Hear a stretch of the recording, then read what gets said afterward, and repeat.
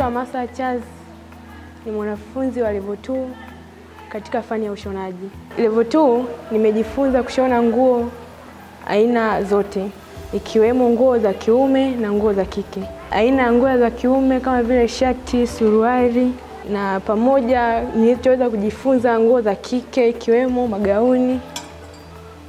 Yote na yote nimejifunza kutengeneza batiki mbalimbali, gauni za batiki. Malengo yangu baada ya kuhitimu ni kutengeneza kiwanda changu mwenyewe, maana na ndoto ya kuwa designer mkubwa. Namshukuru Mama Samia kwa kuweza kutuletea vifaa vilivyo bora na vizuri vya kuweza kutimiza ndoto zetu na malengo yetu ya ustadi, ikiwemo cherehani za umeme.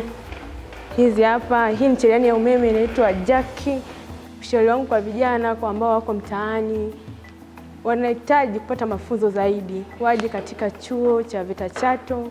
Kuna mafunzo yaliyo bora na yenye ustadi ya kuweza kujifunza na kuweza kutoka katika maisha na kuondokana na kukaa mtaani bila kazi yoyote.